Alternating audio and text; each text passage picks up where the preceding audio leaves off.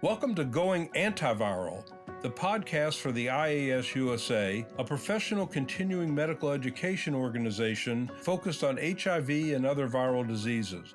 I'm Dr. Michael Saag, professor of medicine and infectious diseases at the University of Alabama at Birmingham and volunteer member of the IAS-USA Board of Directors. Welcome to the Going Antiviral podcast. Today we are speaking with Dr. Rajesh Gandhi, professor of medicine at Harvard Medical School and director of HIV Clinical Services and Education at Massachusetts General Hospital. He has been actively involved in HIV care and research since 1996. His research interests are in HIV reservoirs, HIV cure research, and HIV clinical trials. Dr. Gandhi is editor-in-chief of the New England Journal of Medicine Journal Watch Infectious Diseases and is chair of the IAS-USA Antiretroviral Treatment Guidelines panel. Today, Dr. Gandhi is going to provide us with an update of the new antiretroviral therapy guidelines, which were just released. Dr. Gandhi, welcome to the podcast. It's great to be here. Thank you for inviting me. So everyone wants to know what's new in the antiretroviral therapy guidelines, especially in this latest iteration. But before we get into that, maybe you can spend a little bit of time telling us about the process. How does a sausage get made for these guidelines? I think in this case it's a pretty process rather than a process that you don't want to know about it. It's really a panel of experts from around the world, U.S., but also Europe and Central America, and really brings together in Australia, and so people really who represent all corners of the globe. The panel comes together, and it starts really with a review of the literature as well as important updates from meetings that inform our treatment of people with HIV, treatment and prevention. There's a rigorous process that goes on around the grading of our recommendations, and one thing that I want to emphasize is that it's really a process of consensus. It's what do we as a group that monitors this area feel is a consensus recommendation, and so that's how I would characterize the process. And I think it ends up being something that we hope is very useful for the people who read the guidelines. And Dr. Saag, since you've been involved in this since I would say the beginning, you can certainly add to the process if I miss the real ingredient of the sausage. That's right, and it's remarkable how much we actually get to consensus because it's not like we sit around and have a minority opinion, that type of thing. It's really an organized process, break out into teams. There's team leaders. They hash out the details together, then come back and report to the large group. And then the large group also talks about what they think about the proposed recommendations. And that's how we get to consensus. It's really a remarkable process. And as you emphasize, this is all about what's new in the field. With every iteration, we try to have enough there so that the document stands alone. You don't have to go traipsing back through prior documents to get the gist of what you need today to treat someone. However, the emphasis is clearly on what's new. So with that as background, what is new? Let's start at the beginning with anything new on when to start antiretroviral therapy. Well, here I think we can be a little briefer, and I want to maybe just add one word, which is the word evidence. The guidelines that we create are really based on the latest and we think the best evidence. So in terms of when to start, I just want to harken back for a moment to times where we used to debate when to start ART, antiretroviral therapy. It was a little bit before 2015. Those of you who've been in the field for a while will remember the era of hit early, hit hard. And then there became an era where we waited until the CD4 count went down below 350. And we even waited at times in some parts of the world until it went down to below 200. And that debate, when to start, was fueled by recognition of the latent reservoir, because that means people with HIV have to be on a lifetime of therapy. And then the early drugs, let's be honest, were toxic. There were a number of toxicities. But there was the randomized START study that was just updated in the last few years. That showed us that people who started early ART before the CD4 decline did better than people who waited. And that led to the current era, which is the treat all era. That is, treat regardless of CD4. And that's where we are still. And that's Yeah. what the guidelines recommend. And And this I led will. to also sometimes called the test and treat. As soon as you diagnose HIV, there's no point in waiting unless someone's not ready or unless we'll come to one or two opportunistic infections. We recommend treatment, and we can talk about opportunistic infections in a moment. Yeah, one thing about the IAS-USA guidelines is that it's been pretty aggressive, for lack of a better word, in taking the data that exists and extrapolating a little bit. So IAS-USA guidelines had been recommending treating basically everyone, regardless of CD4 count, even before that START study was done, based on some cohort study data, in particular the NA Accord, but also the biology of viral replication, which kind of screamed at us that we should be treating. And as you said, the reason that we got into the CD4 uh, anchor, if you will, to when to start really goes back to the original antiretroviral therapy studies with AZT that a lot of our mentors put together, like Marty Hirsch. And the problem was AZT by itself wasn't powerful enough or potent enough to keep the virus at bay for more than 2 years or so, and it was pretty toxic. But as we got triple therapy and now double therapy with more potent agents, it's much better, and especially with regard to the toxicity. So maybe we'll circle back with some of the nuances of when to start. I think folks are really interested in what to start. So what's new there? So here I would say what we emphasize in these guidelines, and I think this distinguishes our guidelines from some others, is we really have been recommending integrase strand transfer inhibitor-based therapy, usually dolutegravir or bictegravir. And we've been pretty consistent about recommending tenofovir with FTC or 3TC as our primary go-to nucleoside RT analogs. We have favored that over abacavir, in large part because abacavir has the baggage of some links to cardiovascular disease, and more evidence has come to the fore on that. So we've been consistent and stay consistent on that. We also offer two-drug therapy with dolutegravir 3TC.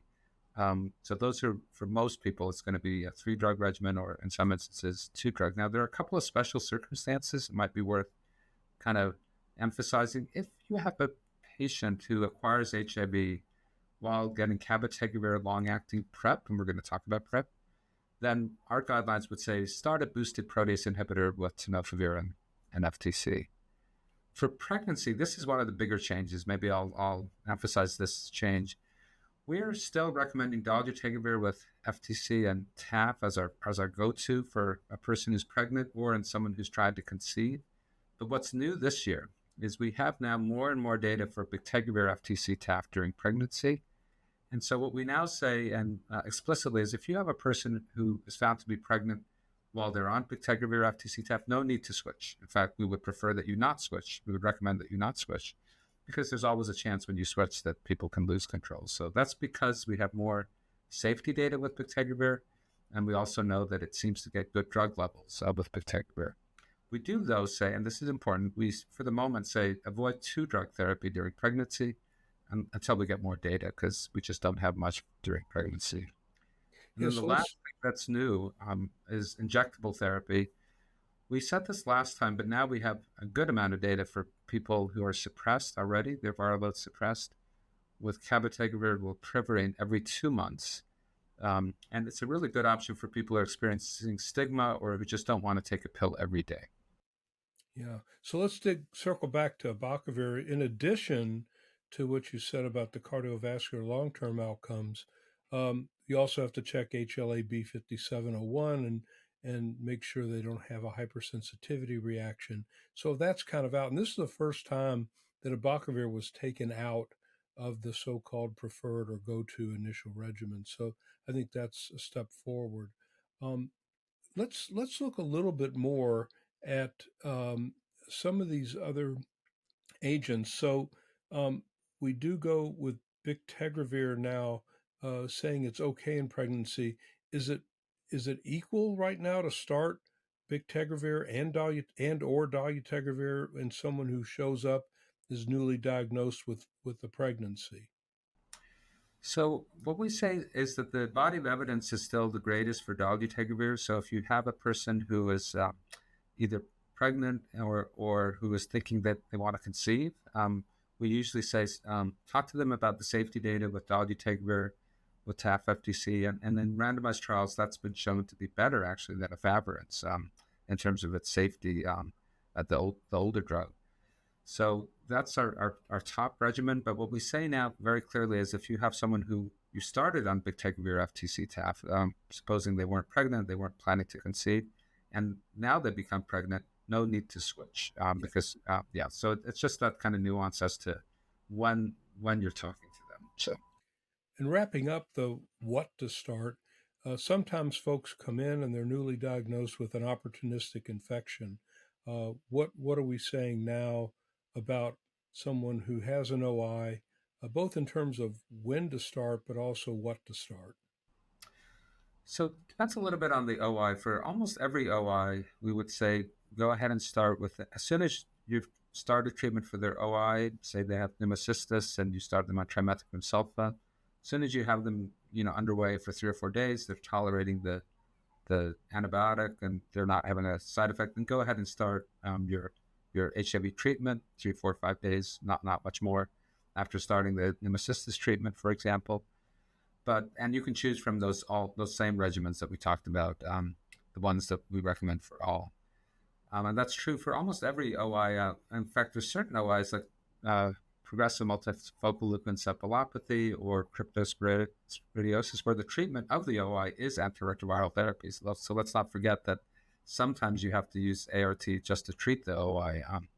Another example is microsporidiosis.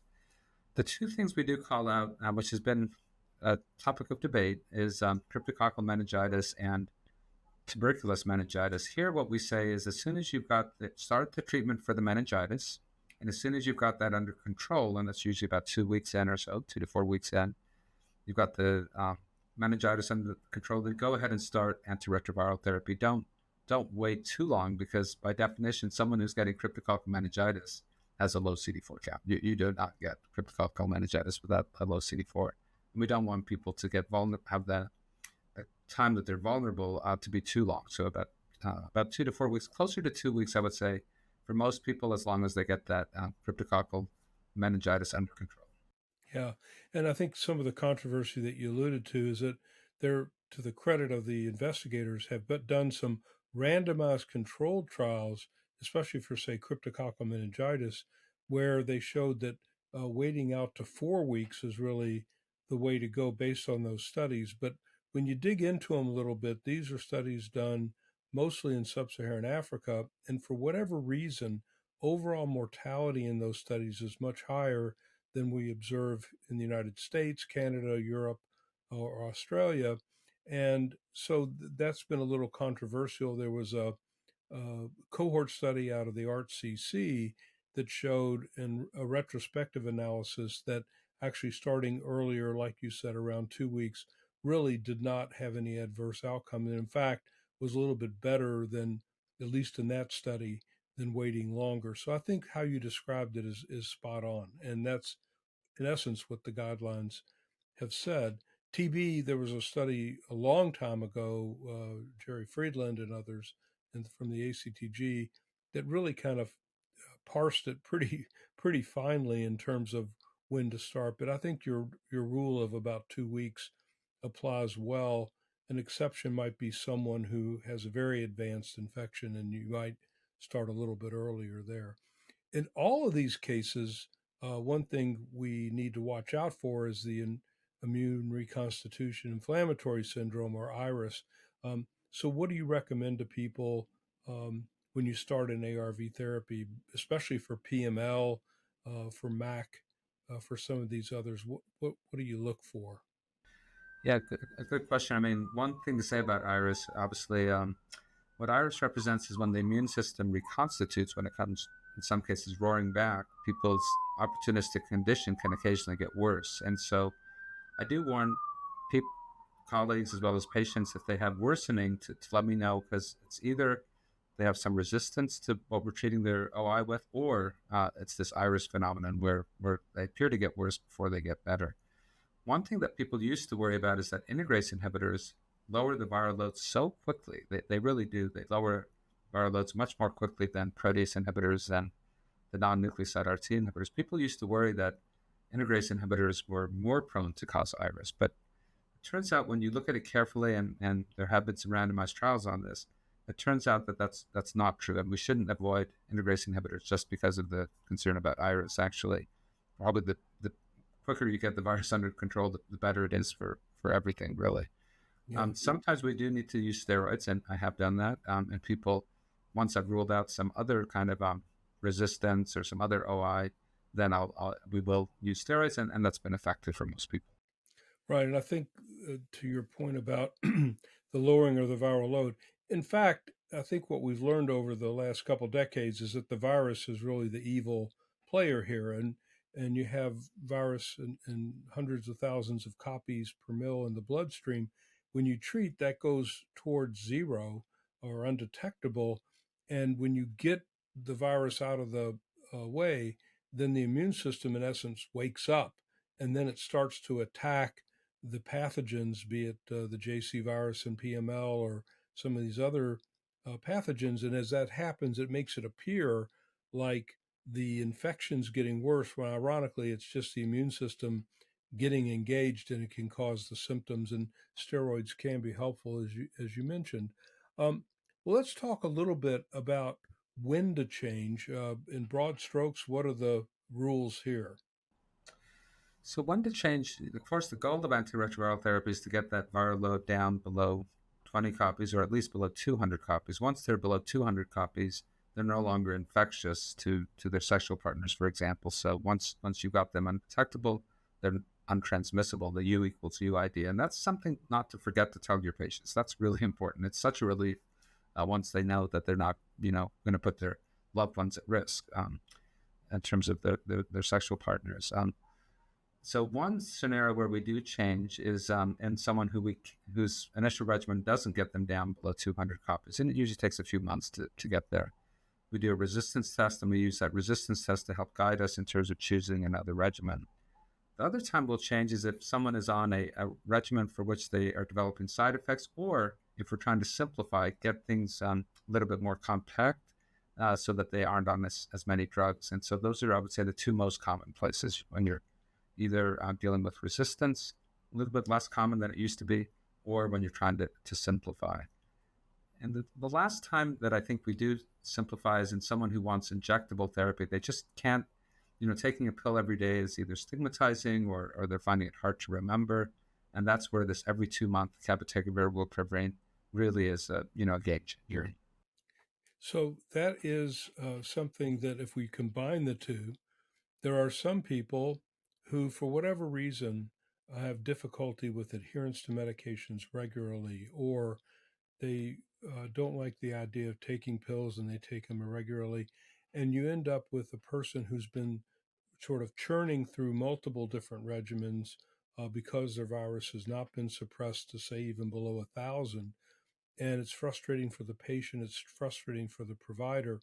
The rules of thumb, at least from the clinical trials for injectables, is that you want their virus suppressed before you move into the using the injectable. But there are some emerging data, and the guidelines more or less embrace this, to where you might make an exception, and in certain settings actually start the injectable in that setting where someone's having trouble taking their medicines regularly.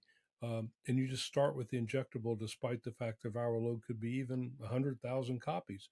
Um, walk me through that a little bit. As you said, the cabotegravir rilpivirine is approved for people whose virus is suppressed, but demonstration projects, as well as an important ACTG study, its clinical trials group study called Latitude, showed us that in people who just can't take oral therapy, you've tried, they just can't seem to take it, whether it's side effects or other, difficulty engaging with taking the therapy or pill aversions. There are many reasons. But in those settings, the demonstration projects and the Latitude study showed that injectable antiretroviral therapy actually improves outcomes. So for that reason, the IAS-USA was really first out of the gate when it came to recommending that if people whose CD4 count is low, below 200, who've tried oral therapy, if they can't do it, that we give injectables at that point, even if they're viremic, even if their viral load is high. But we can join it. We kind of couple it with support. That is, we got to give the injectables, they got to get the ART, but they need the support whether to access care and or if they have depression or substance use disorder, we really need to provide that support. And one area I want to really call out is this guideline has a nice section on substance use disorder. That is a really important problem, and it's something that we have treatments for, counseling, but also medications for opiate use disorder and alcohol use disorder. So if that's relevant to your patient, you're going to want to read that section especially carefully, and then use the injectable antiretroviral therapy with that support. Yeah, and I think it's really also helpful, as we talked about earlier, that the references used in all of the sections, but I think especially impressive is the use of the references in the substance use disorder section, really can guide you for if you want further information about the studies that back that up and how to use the substance use disorder medications or the medications of opioid disorders. Um, let's shift gears a little bit and ask the question in a positive way. What do the guidelines say to keep people healthy? You've got them on their antiretroviral therapy, but there's more to life than just taking HIV medicines if we want to help people live into their 80s and 90s. So, what do we talk about there? Yeah, that's a great question. And we talked a lot about the fact that antiretroviral therapy allows our patients to have normal lifespans, but now we also want to make sure they have normal health spans. We want to keep them healthy, not just alive, but healthy Yeah. alive. And so, a couple of sections I want to really promote. One is there's a new section on cancer and HIV. We've had it before, but not in the last iteration. This has come back to the fore because as people live longer with HIV, cancer is an important problem. So we stress the importance of cancer screening. We have a section on cervical and anal cancer, and we refer people to the relevant guidelines related to cervical cancer and anal cancer screening, because these are occurring at higher rates in our patients and people with HIV. We endorse immediate initiation of ART in someone who's got cancer, and we give some resources for managing some drug interactions with chemotherapy. So that's the cancer front. I would say, though, the biggest breakthrough in keeping people healthy is preventing cardiovascular disease. So this year, we have recommended that if a person is on an abacavir-containing regimen and they have risk factors for heart disease, or if they have heart disease, if there's an active regimen available, switch them off that abacavir because there are more, if they have an active regimen, because there are more and more data implicating abacavir, as you said. The REPRIEVE study is the big news in our field. This was a study that I would think many people are aware of, but just to mention, it's more than 7,500 people with HIV, all of whom had a ASCVD, a risk score for cardiovascular disease that was kind of low or moderate. And the people who got statins in this study, half got statins, half got placebo, had a 35% lower risk of cardiovascular events, that fewer MIs, myocardial infarctions, that fewer strokes. And so we now recommend that if a patient has an ASCVD of 5% or more, which is considered low to moderate, that you start them on a statin. If they're below 5%, definitely consider it. And if they have a low CD4 nadir, or if they have been on some of the toxic drugs that we mentioned, AZT, D4T, then even with a low risk below 5%, we would still recommend a statin. So that's the big news on health span. We also talk about weight gain, and happy, that's a perennial, topic, and I'm happy to tell you, talk about what we say on the weight gain topic. Yeah, so one of the things that we noticed is that sometimes when antiretroviral therapy is used, and it was particularly noted with strand transfer integrase inhibitors and a little bit with TAF, that people might gain some weight, but weight gain is prevalent in society. I mean, it's not just with people with HIV. So we do pull the trigger a little bit on encouraging assessments for use of the GLP-1 agonists and semaglutide and some others, and that's kind of new in the guidelines this time. Well, another large area that we're talking about, because it is antiretroviral therapy, is preventing HIV in the first place. So everything we talked about to this point are people who've already been diagnosed with HIV and they're living with HIV. but we also have a large group of people who are not, at this point, a person living with HIV, but they're at risk for acquiring HIV. And that section is on pre exposure prophylaxis or PrEP. What do we say in that section this go round? So it's been more than a decade. It's the 10th anniversary or so of the first PrEP drug, which was tenofovir TDF FTC.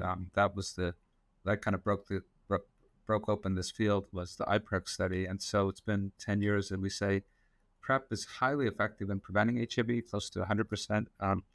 We say recommend it or discuss it at least, discuss it with all sexually active adolescents and adults and anyone who injects non-prescription drugs. I think the big new thing here is we've got more and more options. So we have options that I think will be right for almost anyone. We have daily oral TDF FTC or TAF FTC. That's an option. We have on-demand PrEP with TDF FTC for cisgender men who are having sex with men. We've had bictegravir, which is a long-acting drug for treatment with rilpivirine, but it can also be used for PrEP. If you give it every 2 months, it's very, very effective every 2 months for preventing. And we have a section on a soon-to-be-here option called lenacapavir. This is an HIV capsid inhibitor. We didn't mention it before, but it's FDA approved already for treatment of drug-resistant HIV. It's going to be approved, I can guarantee, for pre-exposure prophylaxis prevention. And what's really intriguing about lenacapavir is it's every 6 months. So now we're talking about twice a year. And in the trials so far, it's been extraordinarily effective. The last thing we'd say is monitor for HIV, not with RNA, because RNA can be very tricky and problematic. It can be false positives, etc. So antigen antibody is what we are recommending for monitoring for HIV in someone who's getting PrEP. But good options is what we talk about.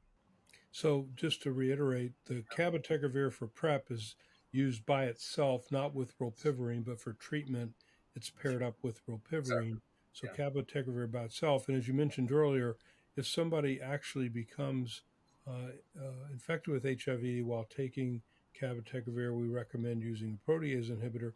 What if somebody's on lenacapavir and they become HIV positive? It could be a integrase inhibitor there.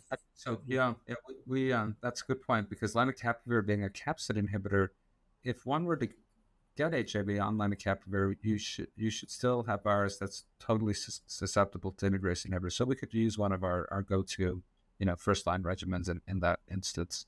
I think that in the next few months we'll probably, as lenacapavir gets FDA approved in the US and around the world, I wouldn't be surprised if we get some even more granular recommendations out there around exactly how to compare all these 4 or 5 really terrific options we've got. Right. And the actual data for lenacapavir, there was a study in the New England Journal over the summer. There's also one that's just been released in the New England Journal, the second study, Purpose 2. So these data are fresh and are referenced in the new guidelines. I wonder if we want to mention, Doc, HIV doesn't live in a vacuum. We know that sexually transmitted infections also make people more likely to acquire HIV. So one other big breakthrough, maybe amongst our top breakthroughs this year, is the data on doxycycline post-exposure prophylaxis. What do I mean by that? That means giving an antibiotic, doxycycline, after someone's had sex, usually within a day or two, or sooner the better, but within a day or two. And it's been shown to reduce syphilis, chlamydia, a little bit less of an effect on gonorrhea, because there's a fair amount of doxycycline-resistant gonorrhea, but chlamydia and syphilis really brings down the rates by close to 80%. And we do recommend it for men who have sex with men and transgender women. We also say in cisgender women, where the data is less definitive, it's a case-by-case determination for cisgender women. Yeah, and we've had a Going Antiviral podcast with Annie Lukemeyer where she went into that. So I'd refer people to that podcast. They want to hear more details. But you're right. That and what's nice about that is it's not just for people who are not HIV positive. It can be used for people with HIV as well as people on PrEP, and it really does lower the actual burden of STIs So far, we haven't seen resistance to doxycycline. I mean, other than what you mentioned in GC and gonorrhea, but obviously we're being very vigilant about that. So there's other things in the guidelines we could spend probably an hour. We don't have that time, but recommendations for how to track people, how to monitor folks, and I just would just refer them to the guidelines. Let's kind of wrap up with a couple of questions. So, what are the gaps? What was missed, or what are the things that couldn't be addressed um, in the guidelines this go round? Yeah. Well, there's a couple of still knowledge gaps, I would say. We still don't have a great, other than GLP agonists, GLP receptor agonists, which I think are coming to the fore even outside HIV. We still have to figure out, are there ways to manage the weight gain other than the GLP agonists? And so something that I think we'll learn over the next year or two, and I would guess, in fact, I'll project that in 2 years we'll have even more, hopefully, strategies to manage weight gain. Aging and HIV is an important topic and something that I think we need more knowledge around some of the frailty issues. There's some interesting research going on right now to try to prevent frailty. And then, one gap, and I'm sorry to say this, is the whole issue of equity. One thing that I think is a kind of a stark reminder is even though HIV is coming down in many parts in the world, in Eastern Europe and Central America, in Central Asia and in Middle East, HIV rates are going up. And sadly, in the U.S., where you and I both live, it's still HIV is disproportionately affecting Blacks and Hispanics, those who live in the South, and populations born outside the U.S. So I think in the new administration, we need to harken back to that ending the HIV epidemic. That is, the last administration put us on a course to try to end the HIV epidemic. Now we need to double down on that and figure out between diagnosis, treatment, prevention, responding to outbreaks. We got to get to EHE. We got to get to the ending the HIV epidemic. So that's the gaps that I would like to make sure that we attend to. And I'm a little bit optimistic that that program will continue because having served on the President's Advisory Commission on HIV and AIDS around the time of the last time when President Trump was in office, that ending the HIV epidemic was embraced. So I suspect it'll be a good part of what the new administration will show. And also, we know that the Ryan White Care Act is a bipartisan supported resource. I can't imagine the world of HIV treatment in the United States without the Ryan White Care Act, which provides coverage of all the gaps in care that someone might have, especially if they're uninsured or don't have access to certain services. And that's been a lifesaver, literally, for tens of thousands of people in the United States. Other countries have more standard healthcare access through national health insurance, et cetera. But in the U.S., the Ryan White Care Act is real helpful. Raj, we're out of time. Is there any final comment you'd like to say about how to use the guidelines? They were just released in JAMA in the first part of December. Any final comments you'd like to make? The last comment I'll make is if you're experienced in the field, you've been around, then the way I would suggest you use the guidelines is just hone in on some areas where we've changed, and we try to highlight that. We say this is new, or this is an area that we have brought to the fore. If you're new to the field, and there are a lot of people who are new to the field, I think the guidelines are a good way to just get a beat on what is the best approach to the care of people with HIV. So I think there's something there for everyone, whether you're experienced or new to the field. And one thing that we do appreciate is feedback. We many of the things that we have incorporated are at the results of people talking to us at meetings or sending us in information as to what they would find most useful. That's the purpose of this, is to make it something that people who are caring for people with HIV can really use on a day-to-day basis. And especially for people new to the field, the tables and the boxes that summarize the guidelines are really, really helpful. So if you have no time to read through the actual text, you could at least look back at those. And some people actually clip out the tables and post them up in the clinic for easy reference while they're there. Well, Raj, you did a fabulous job leading the guidelines committee again this time. This is your second go round at that, and really helped bring consensus to all the issues. I want to thank you for that, but especially also to thank you for participating in this podcast today. So for folks wanting to access the new guidelines, they've been published in JAMA, and they came out the first part of December, so be sure to check it out. Thanks again for joining us, Raj, and we'll look forward to the next update sometime in the near future. Thank you very much. It's always fun to talk with you, and I look forward to continuing the conversation. Thank you for listening to this episode of Going Antiviral. Catch up on earlier episodes wherever you listen to podcasts, and check out the video versions of this episode and others on the IAS-USA YouTube channel. You can find these links in the show notes, or simply go to YouTube and search for IAS-USA, and there they are. Be sure to subscribe, rate, and review Going Antiviral on Apple Podcasts. This podcast is for informational and educational purposes only and is not intended to serve as medical advice.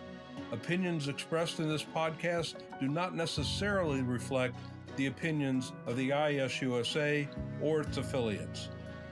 If you have a question you'd like answered on the show, you can send it to podcast@iasusa.org to be answered in a future episode.